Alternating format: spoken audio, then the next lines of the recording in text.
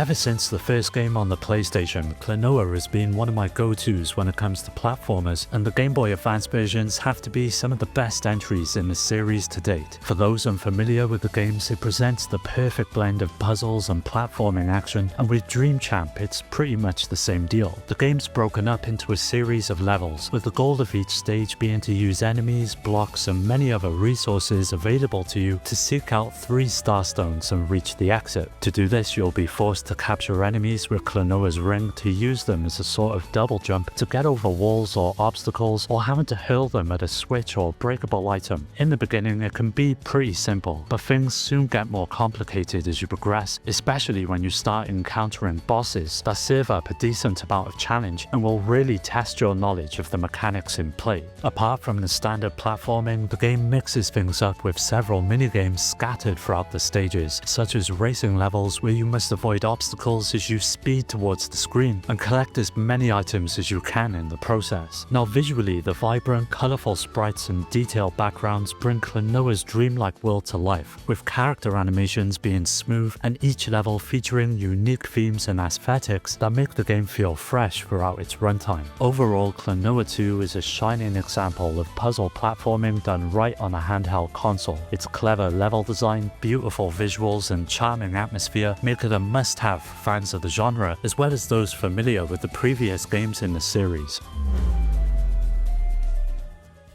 Shining Soul is a hack-and-slash dungeon crawler that brought the classic experience to a portable format, complete with loot, enemies and RPG mechanics to get stuck into. It's all set before Shining Force 1, and you assume the role of the first to take on the evil and aptly named Dark Dragon from the legend told in the first of the Shining Force games. As the player, you get to choose from one of 4 different classes, each with their own strengths, weaknesses and playstyles, from a swordsman to an archer or mage, and from there you enter the depths of the many different dungeons as you slash through hordes of enemies and collect as many items as you can. Now each class has unique skills, such as ranged attacks for the archer or powerful spells for the mage, but what helps mix it up is being able to create different loadouts of weapons and armor that can quickly be cycled through by using the shoulder buttons. This allows you to be equipped for any situation that may present itself, as well as experiment with the wealth of different options that the game offers. As you progress, you'll be leveling up your stats like strength, dexterity and intelligence, the system allowing you to tailor your character to your specific style of play. But the real draw is the loot system, with weapons, armor and items scattered throughout the dungeons. Collecting new gear can become incredibly addictive, and selling those you don't need in order to acquire more lucrative options ensures that you'll always be working towards something throughout the adventure. For those of you who are fond of the Shining games, this one's a bit of a no-brainer, with plenty of cameos from the series and interesting plot points, but it will still appeal to those just looking for a dungeon crawler thanks to its in-depth systems and great combat.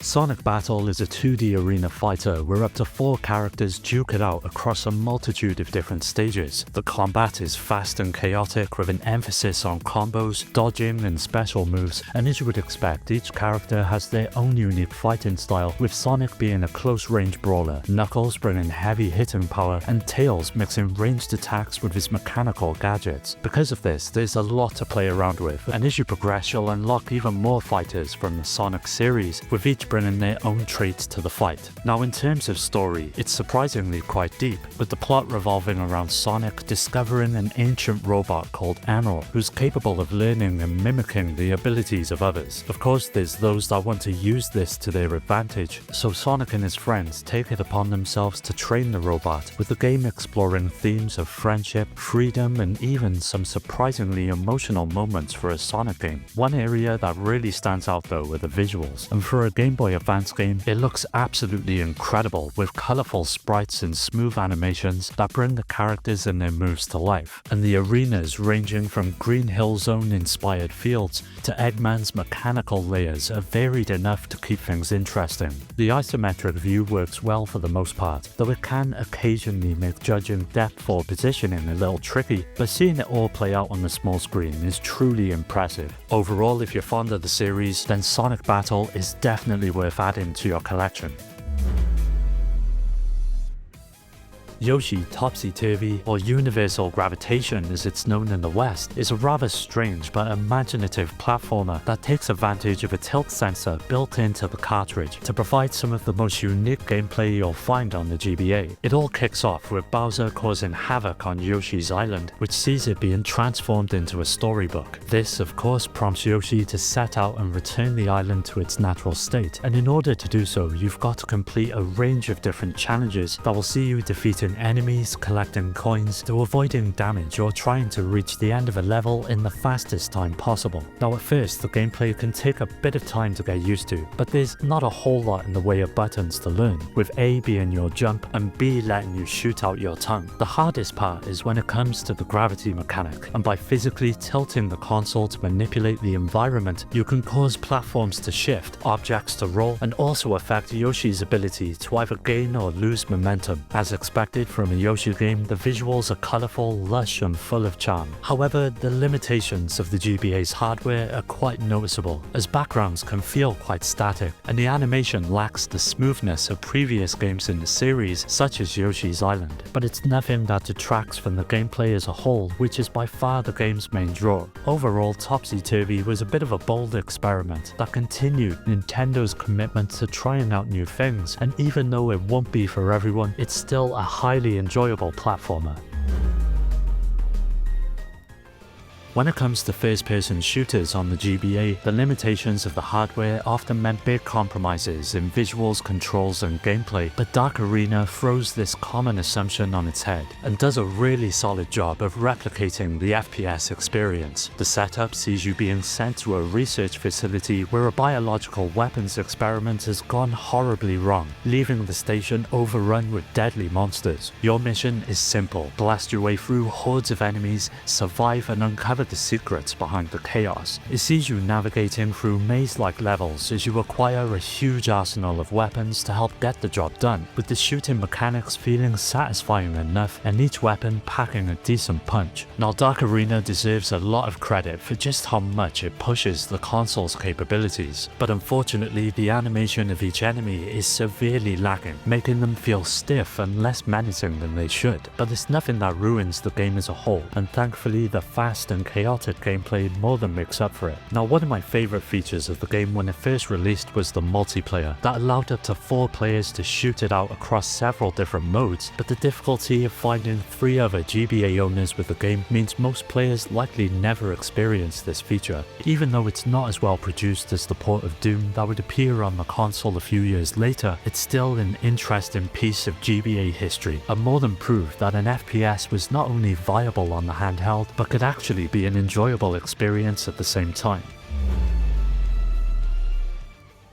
The Game Boy Advance was no stranger to Dragon Ball Z games, with a whole host of different experiences finding their way to the console. You had RPGs and fighting games as well as beat-em-ups, and this is where GT Transformation comes in. It follows the events of the anime and stars Goku, Pan, and Trunks as they search for the Black Star Dragon Balls. Fans of GT would appreciate the nods to key moments, but the story is unlikely to win over those unfamiliar with the series. But thankfully, the gameplay more than makes up for it. The controls are simple and intuitive, making it easy to pick up and play for all ages, with you having the standard attacks such as punches and kicks and the ability to execute energy blasts, as well as unleash more powerful moves when your special meter is full. However, the developers made the combat slightly more interesting by allowing you to press the D-pad in different directions while attacking to create combo attacks. By doing this, it prevents you from simply hammering on the B button and adds a bit of flair to the otherwise straightforward mechanics. Building on this is the transformation system that allows you to transform into more powerful forms that significantly boost your power and makes combat far more satisfying. Now, if there was one downside to the game, it would have to be the lack of a multiplayer mode, which feels like a huge missed opportunity for a beat-em-up title, as once you've completed the story, there's little incentive to replay the game beyond experimenting with different characters. Regardless of this issue, GT Transformation is still one of the more enjoyable beat-em-ups on the GBA. Boktai 2 is the sequel to perhaps the most innovative game the Game Boy Advance ever received, and it picks right up after the events of the first game and once again sees you jumping into the role of the Django as you battle vampires and dark forces in the cursed land of San Miguel. At its core, it's an action-adventure that tasks you with exploring dungeons filled with traps, solving light-based puzzles, and taking on tough enemies, all the while managing the Django's growing arsenal of weapons. What sets this game apart from others though is the unique sunlight mechanic that allows you to charge your weapons and utilizes a small solar strip built into the game's cartridge. It adds an entirely new layer of immersion, forcing players to strategize around real-world conditions. Here in Wales, where it's sunny for like 20 minutes a year, it can be a bit of a ball ache trying to enjoy the game, but thankfully there's a few workarounds for those of you looking to emulate it that make playing it all the more easier regardless of the weather outside. That being said, when you're in the right conditions, it works flawlessly, and this time around it's not just limited to your solar gun. Now you have access to swords, spears and hammers, each with their own strengths and weaknesses. This diversity allows for more varied combat and strategies, especially since certain enemies and puzzles require specific tools to overcome. When it comes down to it, Boktai 2 is a bold and innovative sequel that builds on the strengths of the original while expanding its gameplay in meaningful ways. And while the sunlight dependency may not be for everyone, those who embrace the game's quirks will find a rich and satisfying adventure. So if you can find it for a good price or are looking for something new to emulate, Boktai 2 is one game you do not want to skip. Banjo Pilot is a racing game that shares many similarities with the likes of Mario Kart, but instead of being planted firmly on the ground, the karts are swapped out for planes as you compete in a series of races as one of the many different characters from the franchise. As you would expect, the controls are responsive and incredibly easy to grasp, making it accessible to players of all skill levels, but what makes it a bit different is the addition of vertical movement that adds a minor strategic element, allowing you to weave above or below obstacles or enemy fire. But the game doesn't fully capitalize on the potential of the flight mechanics and ends up just feeling like a traditional kart racer that just happens to take place in the sky. That's not a bad thing though, as just like similar games of its kind, items also play a huge role in each race that really adds to the competitive nature of the game. You've got projectiles, boosts and defensive shields, as well as many other options that all have a role to play during each race. As with most racing games, multiplayer is where it truly comes to life, and if you're lucky enough to have a few mates for the game as well, this is where the experience is at its best. But there's also a healthy amount of single player content to work through, such as a huge Grand Prix mode, time trial and even special challenges that flip the perspective and see you competing with another racer to collect as many puzzle pieces as you can. So if you've been a long-time fan or are simply looking for a new racer to jump into on the GBA, then Banjo Pilot is well worth taking for a spin.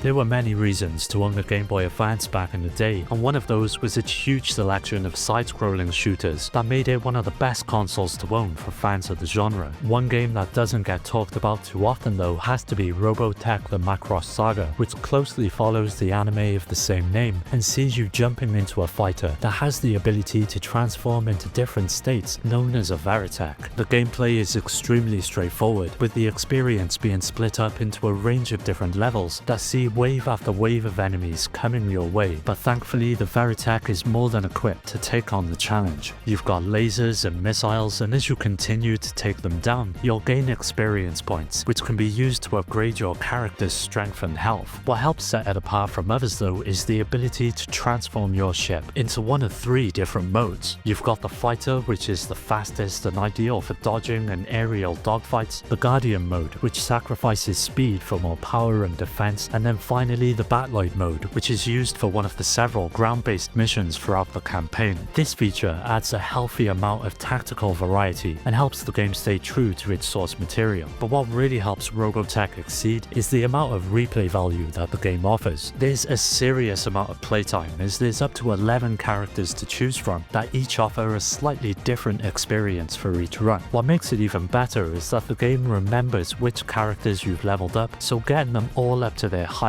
is easily one of the most satisfying aspects of the game. If you're a die-hard Robotech fan or are simply looking for a casual, action-packed shooter to play on the go, the Macross Saga is definitely worth a try.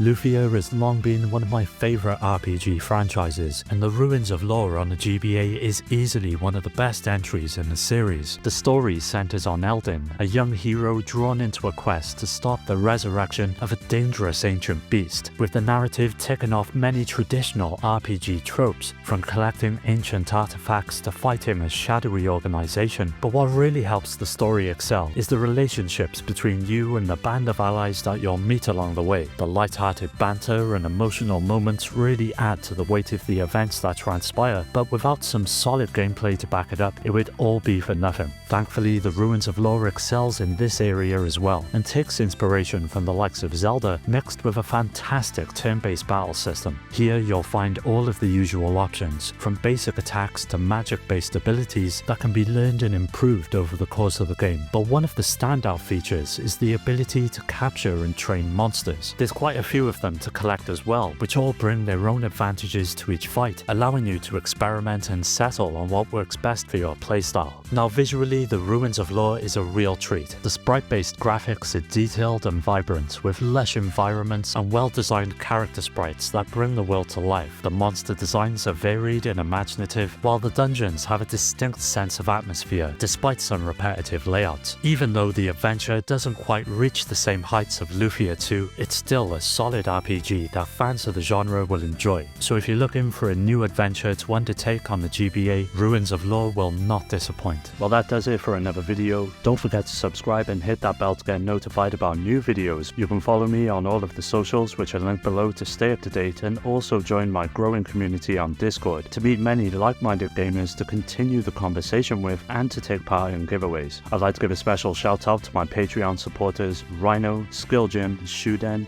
Richard, Daniel, Dio, Omar, Strider, Pierre, Carl, Awesome Jacket Dude, Maximus, Scott, Alfred, Terry, Ryan, Alex, GameCube Galaxy, Curse Salaryman, Fake, and Paddy J for their continued support that helps make these videos possible. If you're interested in joining my Discord or supporting the channel through Patreon, you'll find all of these links down below. As always, thanks for taking the time to check the video out. I'll catch you next time.